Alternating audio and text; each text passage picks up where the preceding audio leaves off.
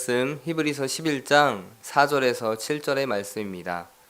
히브리서 11장 4절에서 7절의 말씀 함께 나눕니다. 제가 한 절, 성도님들께서 한 절 교독하는 형식으로 봉독하겠습니다. 믿음으로 아벨은 가인보다 더 나은 제사를 하나님께 드림으로 의로운 자라 하시는 증거를 얻었으니 하나님이 그 예물에 대하여 증언하심이라. 그가 죽었으나 그 믿음으로써 지금도 말하느니라.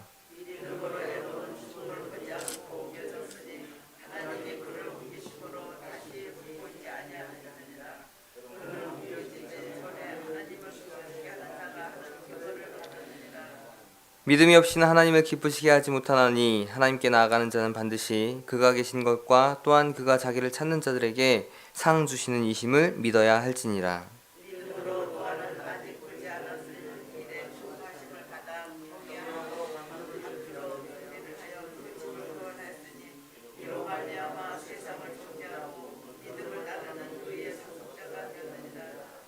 아멘. 오늘 본문은 계속해서 믿음장으로 불리는 11장의 내용을 가지고 진행하고 있습니다. 두 번째 단락으로서 여기서는 구체적으로 이제 믿음의 선조의 그 예시, 믿음의 모습을 보인 선조들의 그 모습에 대해서 설명을 하고 있습니다. 오늘은 아벨과 에녹과 노아, 아브라함 이전에 그 세 명의 믿음의 선조들에 대해서 그들의 믿음을 평가하고 또한 바라보고 있습니다. 하나님이 원하시는 제사를 드린 아벨, 그리고 하나님을 기쁘게 하며 하나님과 동행한 에녹, 그리고 하나님께서 그 말씀대로 홍수 심판을 하시겠다고 그 말씀하셨을 때 그것을 대비해서 구원의 방주를 지은 노아, 이 세 명의 믿음에 대해서 히브리서 기자는 평가를 하고 있습니다.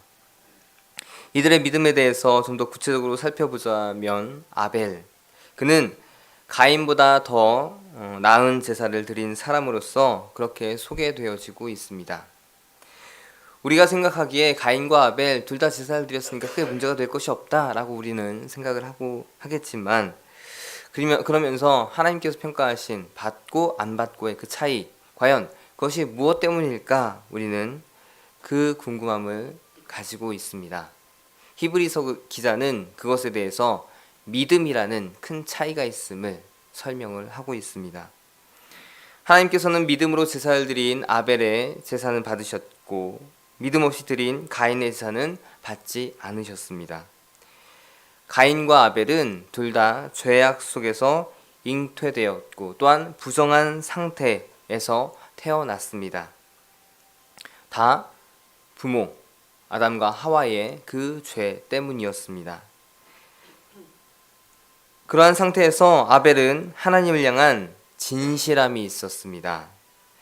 자신의 죄를 익히 알았고 그래서 어린 양의 피 흘림을 통해서 하나님의 죄 사함의 은총을 기대했습니다. 그렇게 제사를 드렸던 것입니다. 하나님께서는 가인과 아벨의 부모인 아담과 하와가 죄를 지었을 때에 하나님께서 그들에게 가죽 옷을 입히셨죠. 그것은 양을 잡아서 그 피로 그들의 죄를 사하시려는 의도가 거기에 담겨져 있고 또 가죽으로 그들의 부끄러움을 지켜주려는 그 의도가 그것에 있었음으로 해석이 됩니다. 이러한 것처럼 아벨의 제사 역시 피 흘림을 통해서 양의 제사, 그 피 흘림을 통해서 죄의 용서라는 믿음의 제사를 드린 모습으로서 그 믿음으로써 하나님께 나아간 아벨, 그것을 하나님이 받으셨다라고 우리는 이해를 할 수가 있습니다. 이러한 사실을 통해서 우리도 역시 아벨과 같은 믿음의 제사, 믿음의 예배를 드려야 합니다. 십자가의 보혈로 말미암아 우리의 모든 죄가 씻김을 받았다는 그 삶의 믿음을 통해서 하나님께 나아가야 함을 또한 예배드려야 한다는 것을 우리는 기억하고 명심을 해야 합니다. 아벨이 어린 양의 피를 의지해서 하나님께 나아갔듯이 우리는 예수 그리스도의 보혈의 피를 의지해서 하나님 앞에 나아가야 합니다. 그냥 형식적으로 습관적으로 예배를 드리게 되면 우리는 가인과 같은 예배를 드리는 것밖에 되지 않습니다. 그냥 드려야 하기에 드린 예배로 전락해 버립니다. 그 예배엔 기쁨이 없고 또한 내 영혼에 전혀 유익이 없습니다. 그리고 오히려 그 가인의 모습처럼 하나님의 모든 행동에 대해서 불만과 화가 있을 뿐입니다. 우리 모두가 아벨과 같이 그리스도 예수의 보혈의 피로 정결하게 하심을 믿고 바라보며 모든 예배에 나가시기를 소망을 합니다. 다음으로는 에녹의 믿음입니다. 오늘 말씀 중 5절을 보니까 에녹은 죽음을 보지 않고 하늘로 옮겨진 사람이라고 설명되어져 있습니다. 에녹 그가 이 땅에 사는 동안에는 그가 가진 믿음으로 하나님을 기쁘시게 만들었습니다. 하나님께서는 얼마나 그 기쁨이 크셨는지 그를 죽음의 과정을 통하지 않고 바로 하늘로 올리우셨습니다. 그렇다면 에녹이 하나님을 기쁘게 한 그 삶의 핵심은 무엇이었을까? 무엇 때문에 그를 죽음의 과정 없이 바로 하늘로 옮기셨을까? 그것이 궁금해집니다. 그것은 바로 창세기 5장 24절에 나온 것처럼 하나님과 동행한 삶을 살았기 때문입니다. 하나님과 동행한 에녹, 당시의 상황은 하나님과 관계가 그리 좋지 않은 시대적 상황이었습니다.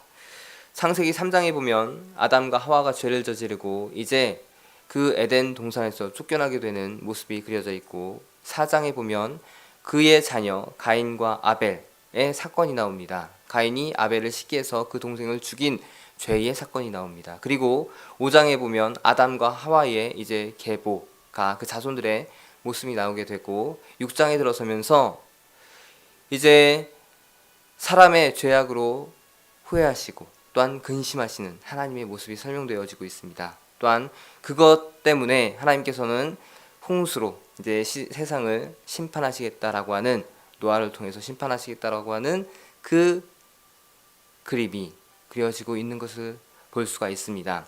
이러한 전체적인 상황과 흐름으로 볼 때 그 당시 상황은 절대 하나님이 기뻐하실 상황이 아니었습니다. 아담으로부터 시작된 죄의 모습이 자녀에게 이어지고 또한 수많은 5장의 계보를 거치면서 많은 사람들이 태어나면서 그 모습이 개선이 되었으면 좋겠지만 6장에 들어서면서 사람의 죄악이 더욱 심해졌다고 판단하시는 바라보시는 근심하시면서 바라보시는 그 하나님의 모습을 볼 때 그것으로 우리 판단해 볼 때 너무나도 좋지 않은 상황 속에서 에녹은 살아갔구나라는 것을 우리는 짐작할 수가 있습니다. 그런 상황 속에서 5장의 계보 중 유일하게 에녹만이 하나님과 동행했고 또한 그를 데려가셨다고 기록하며 히브리서의 기록처럼 그 악한 시대적 상황 속에서 하나님과의 관계가 아주 좋았던 에녹의 삶이었고 또한 믿음이었다는 것을 우리는 말씀을 통해서 이해하고 또한 생각할 수가 있습니다. 그는 분명 하나님과 동행하며 기쁘시게 하는 삶을 살아갔습니다. 그 죄악이 만연한 세상 속에서 하나님을 바라보면서 살아갔습니다. 하나님의 뜻을 살았고 그 시대의 분위기 악함에 따르지 않는 에녹의 믿음의 모습이 있었다는 것을 우리는 분명히 기억을 해야 합니다. 하나님과 동행하는 삶이란 무엇일까? 그것은 성결하고 정결하게 사는 삶입니다. 그리고 하지 말라는 것은 하지 않고 하라는 것은 하나님께서 하라는 것은 하면서 살아가는 그 뜻을 따라 살아가는 삶이 바로 하나님과 동행하는 삶으로 우리는 이해하고 바라봐야 합니다. 우리의 삶에 있어서도 에녹과 같은 하나님과 동행하는 그러한 삶이 있어야 합니다. 동행을 하려면 상대의 마음을 알아야 합니다. 그리고 상대의 마음에 맞추어야 합니다. 내 뜻만 주장해서는 절대 동행할 수가 없고 내 유익만 구해서는 절대 동행할 수가 없습니다. 상대의 마음에 나를 맞춰가면서 살아가는 것, 그것이 바로 동행하는 삶입니다.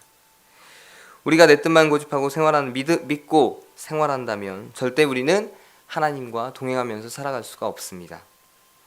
하나님의 말씀에 내 마음을 두고 또한 순종의 삶을 결단하고 살아가야 우리는 분명하게 하나님과 동행하면서 살아갈 수 있고 또한 하나님은 우리의 그 모습을 보고 기뻐하실 수가 있으시는 것입니다. 세 번째로 믿음의 사람 노아입니다. 그는 아직 보지 않은 일에 경고하심을 받고 경외함으로 하나님께서 하라고 하신 그 방주를 준비한 사람으로 소개되어지고 있습니다. 그의 믿음의 핵심은 두렵고 떨리는 마음으로 하나님의 말씀을 믿었다는 것입니다. 창세기 6장에서는 사람들의 죄가 너무 심한 그런 상황을 말해주고 있고, 그 상황 속에서 하나님은 근심하시고 또한 한탄 후회하시는 모습을 보이셨습니다. 그러면서 이제 세상을 멸하시겠다고 하셨고 노아에게 방주를 준비하라고 이제 그렇게 말씀을 하시는 장면이 그려지고 있습니다. 그 말씀을 들은 노아는 아직 일어나지 않은 일을 하나님께로부터 들었고 또한 하나님의 명령을 받게 됩니다.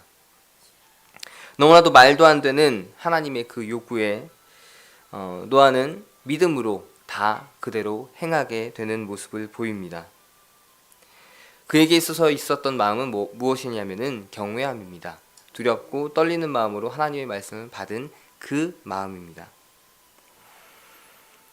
그는 두렵고 떨리는 마음으로 경외함으로 하나님 앞에 나아갔고 그 말씀을 다 믿고 행했습니다. 이것이 히브리서 기자가 말하는 그의 믿음의 위대함입니다. 하나님의 말씀에 하나 의심 없이 전부 다 믿고 행한 그 위대한 모습을 우리는 노아의 믿음으로 기억을 해야 합니다.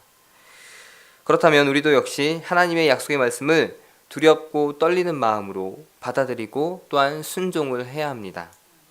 결코 그 약속의 말씀이 실현되지 않았다고 또한 실현되지 않은 것에 대해서 전혀 믿을 수 없는 것이라고 건성을 얻거나 또 외면해서는 안 됩니다. 노아처럼 보이진 않지만 하나님의 말씀을 들었을 때 사실로 믿고 두렵고 떨리는 마음으로 그 말씀대로 행하면서 살아가야 합니다. 두렵고 떨리는 마음으로 하나님의 말씀과 음성에 즉각 순종하시는 노아와 같은 믿음의 모습을 보이시는 삶이 되시기를 소망합니다. 이처럼 아벨과 같은 죄의 용서와 은총을 구하는 믿음의 제사, 그리고 에녹과 같은 하나님과 동행하며 하나님을 기쁘시게 하는 믿음의 삶, 또한 노아와 같은 두렵고 떨리는 마음으로 그 말씀을 받아들이고 또한 순종하는, 따르는 믿음의 모습을 보이시는 우리 성도님들이 되시길 바랍니다. 이렇게 되면 6절의 말씀처럼 우리가 하나님